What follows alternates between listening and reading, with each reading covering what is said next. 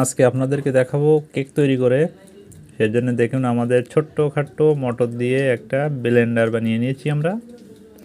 এটা দিয়ে যখনই কেক তৈরি করা হয় তখনই কিন্তু এটা দিয়ে একটু মিক্স করে নিই, ডিমটা একটু ফেটিয়ে নিই এই দিয়ে।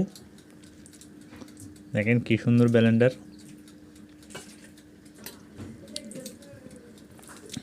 আমরা কেক তৈরি করার জন্য আপনার এতে প্রথমে দিয়েছি চিনি দিয়েছি এবং ডিম দিয়েছি দুটো, তারপর আপনার বেকিং পাউডার দিয়েছি।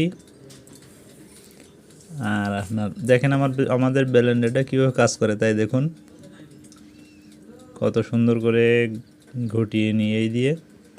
এটা কিন্তু বড় মোটর, অনেক বড় মোটর। এটা আপনার DC 12 ভোল্টে চলে। এটা চালালে কিন্তু সুন্দর কেকের এটা সুন্দর হয়। এতে আমরা আরও অ্যাড করেছি, আপনার ভ্যানিলা দিয়েছি এবং আপনার দুধ দিয়েছি, গুঁড়ো দুধ। আমাদের মিক্স করা প্রায় শেষ। এবার আমরা এটা ফ্রাই করার জন্য ওভেনে দিয়ে দেবো। তার জন্য একটা প্লেট নিয়ে নিয়েছি। প্লেটে প্রথমে একটু তেল লাগিয়ে নিয়েছি, সয়াবিন তেল দেওয়া শেষ। এবার ওভেনে দিয়ে দিচ্ছি।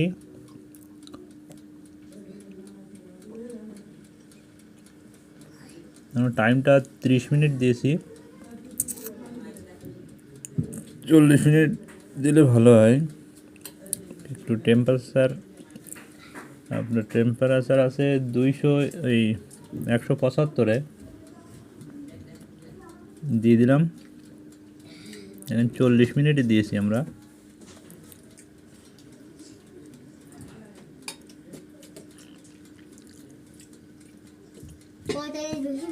এই আপনার 20 মিনিট পরে এরকম অবস্থা হয়ে গেছে। এখনও ফুল উপরেও কিন্তু ফুলেনি, সম্পূর্ণ ফুলে উঠবে কেকটা।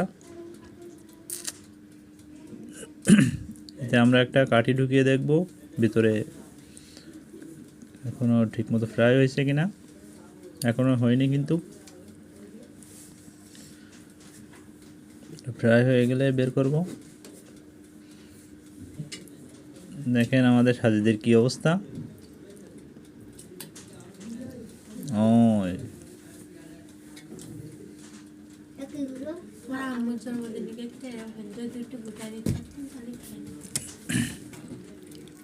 আমাদের কেকটা হয়ে গেছে, এবার বের করে নেব। দেখেন কত সুন্দর পুড়ে মাঝখান থেকে একটা ফেটে গেছে।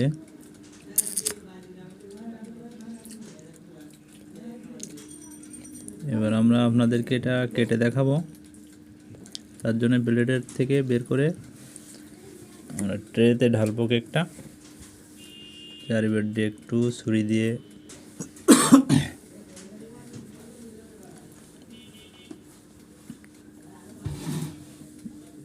প্লেটের উপরে একটা কাগজ দিলে ভালো হতো।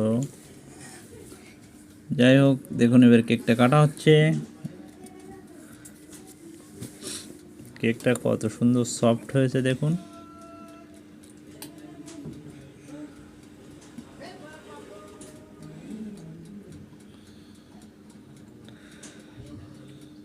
ধোয়া বেরোচ্ছে কিন্তু।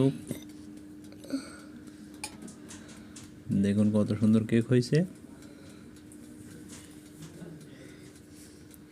অনেক তুলতুলি নরম কেক হয়েছে। দেখুন খেতে কিন্তু সেই মজা। দেখুন পিস পিস করে কেটে নিয়েছি।